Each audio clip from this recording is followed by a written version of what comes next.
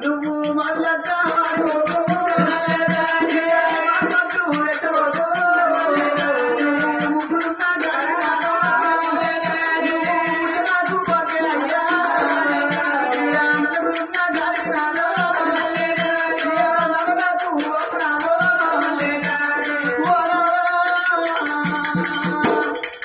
నువ్వు ఒకవేళ నా మాట కాదని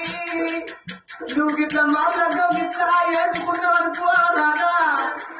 ఎత్తుకొని అత్తడానికి కోపాలు ఎక్కువ అంటున్నాడు సత్యందాని పిల్లలు వచ్చిందాని కాళ్ళ కింద